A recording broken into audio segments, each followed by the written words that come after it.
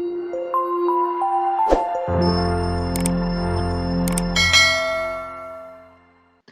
दोस्तों, welcome to economic science academy. एक बार फिर आप सब लोगों का स्वागत है।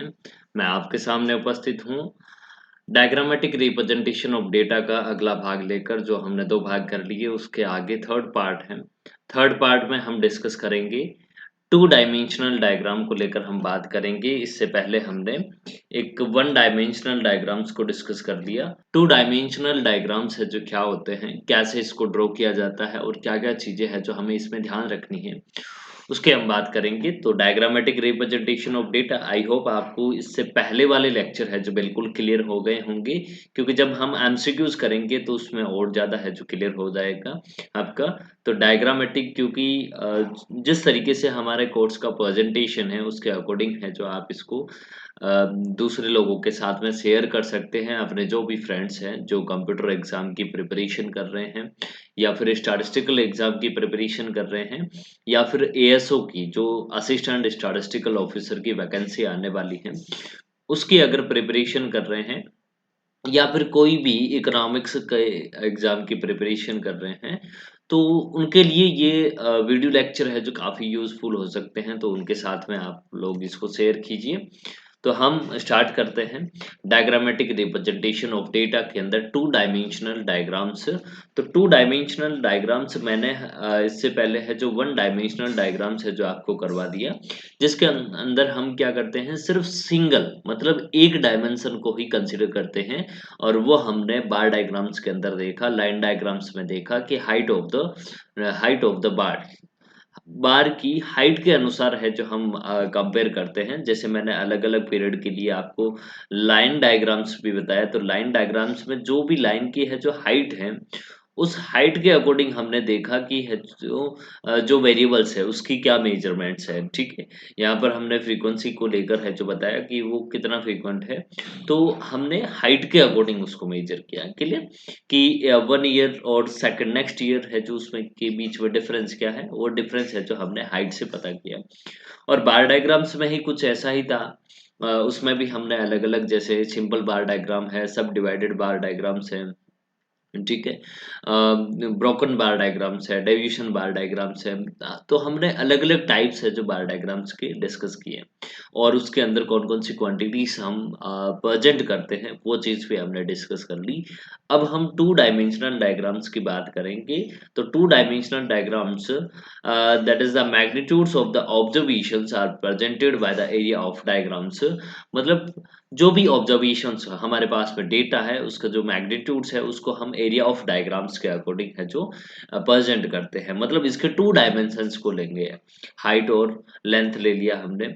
ठीक है, तो हाइट और लेंथ, या फिर हाइट और विड्थ कह सकते हैं, हाइट एंड विड्थ ले सकते हैं हम, लंबाई और चौड़ाई। तो इस तरीके से ऊंचाई और चौड़ाई भी ले सकते हैं।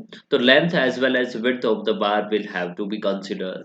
तो इसमें हम सिर्फ एक डायमेंशन, मतलब या तो लेंथ या फिर विड्थ, इसको कंसिडर नहीं करेंगे, हम दोनों को कंसिडर करेंगे। It means we consider on length and width of the बार।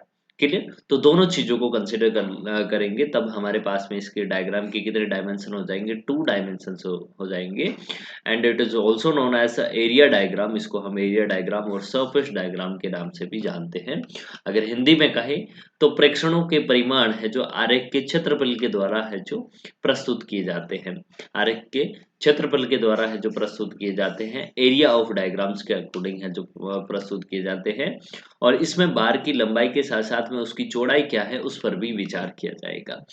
अगर बहुत बड़ा बार है और उसकी हाइट भी बड़ी है और उसकी चौड़ाई भी बहुत बड़ी है, तो उसके अनुसार उस डेटा को भी, ज़्यादा डेटा को भी रिप्रेजेंट करेगा।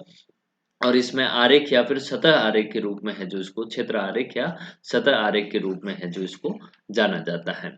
ठीक है, अब हम आगे बात करते हैं डायमेंशनल, टू डायमेंशनल डायग्राम्स है जो कौन कौन से होते हैं। तो इसमें एक तो रेक्टेंगल है, स्क्वायर्स हैं, सर्किल है, एंड एंगुलर और पाई डायग्राम्स है जो इसको बोलते हैं।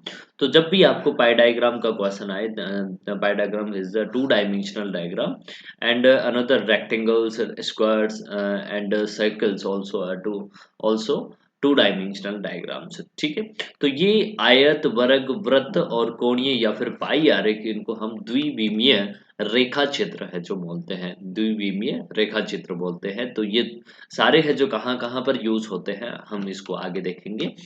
तो देखिए आप, पहले तो हम आयत की बात करते हैं, रेक्टेंगल्स की बात करते हैं। तो इसको कैसे प्रदर्शित किया जाता है, इससे कैसे हम डेटा को प्रेजेंट करते हैं, ठीक है। सबसे बड़ी बात ये है कि आयत अभी तक हमने रेखा गणित के अंदर पढ़ा था। आयत किसमें? रेखा गणित के अंदर पढ़ा था। लेकिन क्या इससे आंकड़ों को प्रदर्शित किया जाता है?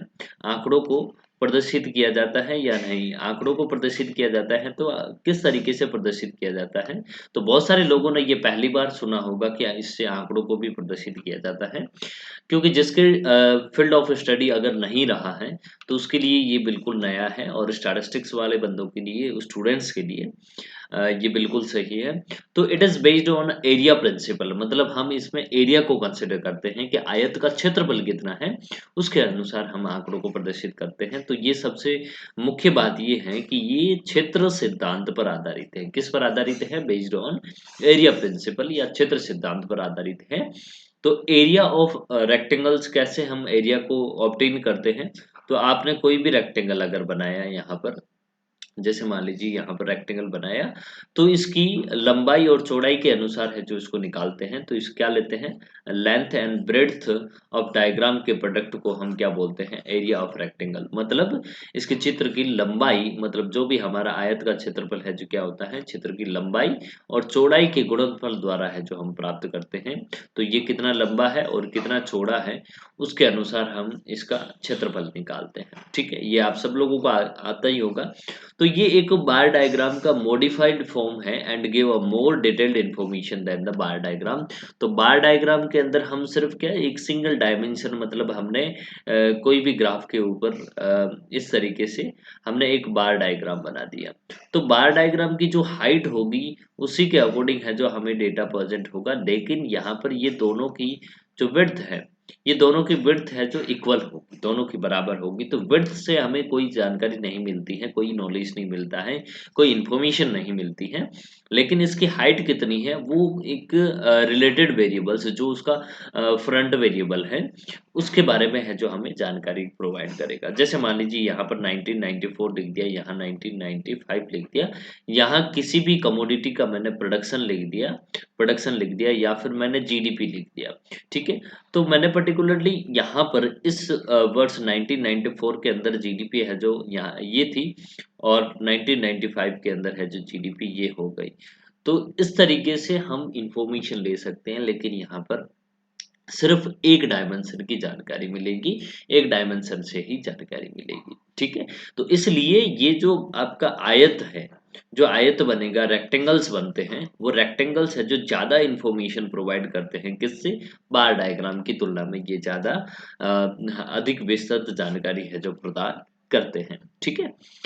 अब जैसे यहाँ पर आप देख सकते हैं, अब यहाँ पर देखिए कि ये जो इनकी विड्थ और विड्थ है, जो यहाँ पर आप देख सकते हैं, कॉस्ट ऑफ रॉ मटेरियल और डायरेक्ट एक्सपेंसेस है, इनडायरेक्ट एक्सपेंसेस है और प्रॉफिट्स है। तो यहाँ पर ये थोड़ा थोड़ा अलग बनेगा, क्योंकि कॉस्ट एंड प्रॉफिट मैंने यहाँ पर इस इधर दिखा रखा है, और ये प्रॉफिट का है, ठीक है। ये प्रॉफिट है, इनडायरेक्ट एक्सपेंसेस है, लगभग आपको सिमिलर लग रहा होगा, क्योंकि जब डेटा मैंने इसमें फीड किया, जब डेटा फीड किया इसके अंदर, मैंने जब चार्ट्स बना रहा था, तो उस टाइम है जो लगभग प्रॉफिट और इनडायरेक्ट एक्सपेंसेस का शेयर है जो लगभग इक्वल था, और दूसरा है डायरेक्ट एक्सपेंसेस और कॉस्ट ऑफ रॉ मटेरियल, ये सारी चीजें हैं। तो यहाँ पर आपको दिख रहा होगा कि इनकी जो ये हाइट है, हाइट हाइट तो सबकी अलग अलग है, लेकिन इनकी लेंथ है जो लगभग है जो सबकी इक्वल है। तो ये थोड़ा सा अलग बनता, लेकिन इसके अंदर जो सिस्टम है, सिस्टम के अंदर थोड़े से अलग सॉफ्टवेयर यूज करने पड़ते हैं। तो वो सॉफ्टवेयर अवेलेबल नहीं था, एक्सेसिबल नहीं था, इसलिए मैं प्रोवाइड नहीं कर पाया। तो आप यहाँ पर देख सकते हैं, इनके है जो रेक्टेंगल्स है जो बिल्कुल अलग अलग बनते हैं, ठीक है, समझ गए आप। अब हम बात करते हैं स्क्वायर डायग्राम की। तो given values are presented by the area of squares, मतलब स्क्वायर डायग्राम कब यूज करते हैं, जब कोई भी इंफॉर्मेशन हो, जब हमें एरिया ऑफ स्क्वायर्स का यूज करके प्रेजेंट करनी हो, तब हम स्क्वायर डायग्राम यूज करते हैं। और ये कब यूजफुल होता है, that is useful to compare graphically the values और क्वांटिटीज, द वैल्यूज और quantities which differ widely from one another. मतलब इनके बीच में बहुत ज़्यादा डिफरेंस हो तब हम इसको बताते हैं, ठीक है।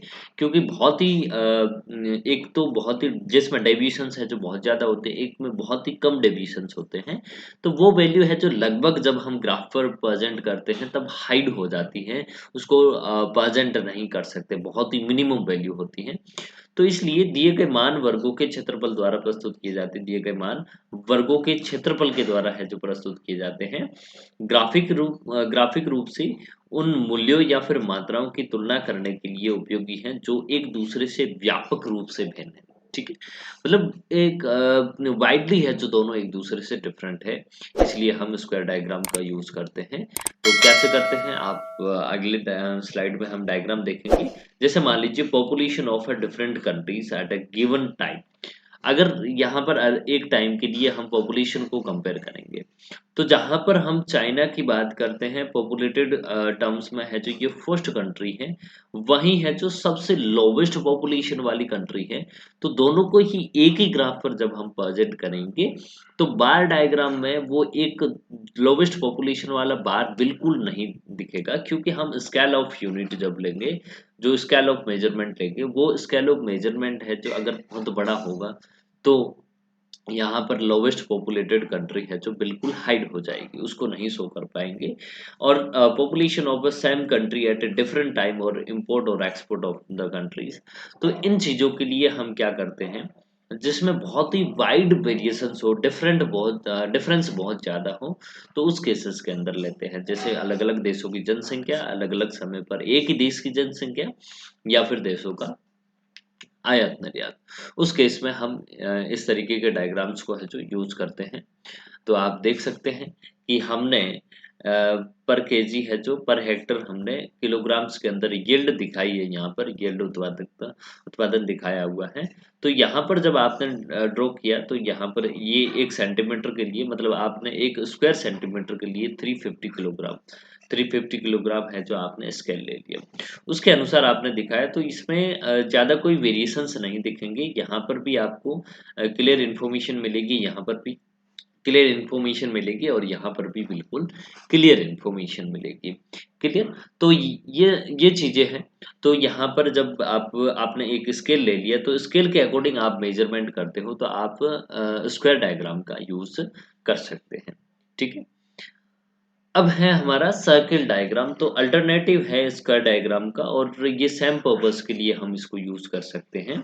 तो सर्किल का एरिया है जो हम पाई आर स्क्वायर के फॉर्म में देते हैं, pi R square that is equal to area of circle, and here the pi is equal to 22 divided by 7, and R that is the radius of circle, मतलब इसको radius of circle बोला जाता है। तो ये सेम पर्पस के लिए हम इसको यूज करते हैं।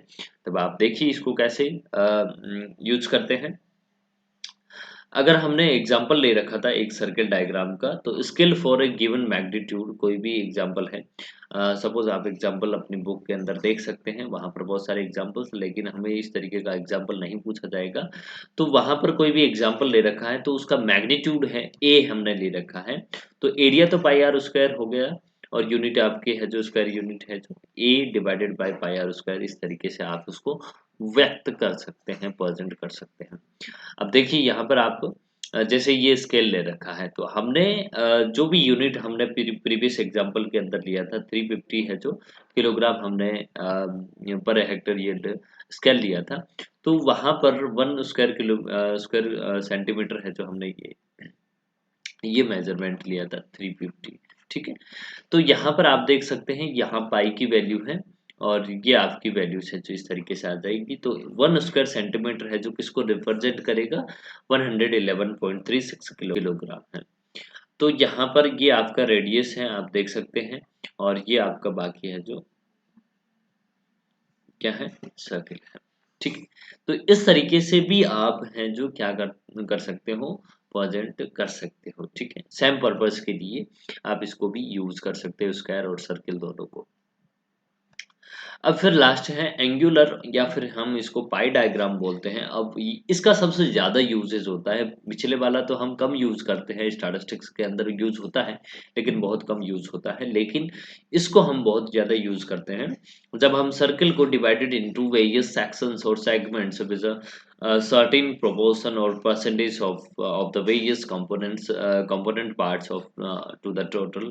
तो इसको आप इस तरीके से लिख सकते हैं, जब वृत्त को हम अलग अलग खंडों या फिर वर्गों के अंदर विभाजित करते हैं, जैसे कि कुल के विभिन्न घटकों का निश्चित अनुपात या फिर प्रतिशत के रूप में है जो हम उसको विभाजित करते हैं। मतलब हमारे पास में जो सर्किल होता है उसको एक स्पेसिफिक प्रोपोर्शन के अंदर या प्रतिशत के अनुसार हम क्या करते हैं, उसको अलग अलग पार्ट्स के अंदर डिवाइड कर देते हैं। तो ये पार्ट्स है जो किसी न किसी एक स्पेसिफिक इंफॉर्मेशन को है जो रिप्रेजेंट करते हैं। ठीक है, जैसे आप यहाँ पर देख सकते हैं, जैसे कोई भी एक्सपेंस है जिसमें आपका एग्रीकल्चर एंड रूरल डेवलपमेंट पर एक्सपेंस हो गया, इंडस्ट्रियल एंड अर्बन डेवलपमेंट पर हो गया, और हेल्थ एंड एजुकेशन पर एक्सपेंस हो गया, और मिसलेनियस पर एक्सपेंस हो गया। तो गवर्नमेंट मान लीजिए एक्सपेंस करती है तो उसमें हायर पोर्शन है जो, मान लीजिए ये जो आपका एरिया दिख रहा है, ये वाला पोर्शन दिख रहा है जो यहाँ पर है, जो अलग कलर का है आपको दिख रहा होगा ये, तो ये आपका क्या दिखा रहा है, एग्रीकल्चर एंड रूरल डेवलपमेंट पर जो भी एक्सपेंस गवर्नमेंट कर रही है वो यहाँ पर दिखाया जाएगा। ये सिर्फ एग्जांपल ले रहा हूँ, आप रियल मत मानना इसको कि गवर्नमेंट वास्तव में ऐसा एक्सपेंस कर रही है, मैं सिर्फ एग्जांपल बता रहा हूँ आपको। ठीक है, और दूसरा है यहाँ पर उद्योग और शहरी विकास है, जो यहाँ पर देख सकते हैं कि इस इन पर है जो सरकार द्वारा है जो इतना खर्च होता है। तो ये एक कुल खर्च का एक अलग प्रोपोर्शन बता दिया हमने। ठीक है, कुल खर्च का है तो कुल खर्च का इतना पार्ट है जो हमने यहाँ एक्सपेंस कर दिया, बाकी वाला है जो आप देख सकते हैं कि ये कृषि पर है जो इतना खर्च कर दिया, और मिसलेनियस विभिन्न प्रकार के खर्च है जो इसमें शामिल कर दिए विविध को, और फिर स्वास्थ्य और शिक्षा पर है जो आपका ये हो गया। ठीक है, तो इस तरीके से हम एंगुलर या फिर पाई डायग्राम के माध्यम से भी डेटा को टू डायमेंशनल डायग्राम्स के थ्रू है जो प्रेजेंट कर सकते हैं। ठीक है, तो आई होप ये आपको बिल्कुल क्लियर हो गया होगा। टू डायमेंशनल डायग्राम्स भी आपके क्लियर हो गए होंगे, बिल्कुल सिंपल है, इसमें कुछ भी नहीं है। आपको इन्फॉर्मेशन है जो थोड़े से एमसीक्यूज के अंदर पूछी जाएगी, तो जो भी कंसेप्ट्स हैं वो हमारे क्लियर होने चाहिए। इससे बाहर है जो हमारे क्वेश्चंस नहीं जाते हैं, किसी भी तरीके से नहीं जाते हैं। आपका कंसेप्ट अगर क्लियर है तो आप डेफिनेटली उस क्वेश्चन को 100% श्योरिटी के साथ में सही कर लेंगे। अगर कंसेप्ट ही क्लियर नहीं होगा तो आप उसको क्लियर नहीं कर पाएंगे, क्योंकि जितने ज़्यादा हम एग्जाम्पल्स को एक्सेस करेंगे उतने ही ज़्यादा अच्छे हमारे कंसेप्ट होंगे। रटने से कुछ भी नहीं होता है। Thank you so much for joining us.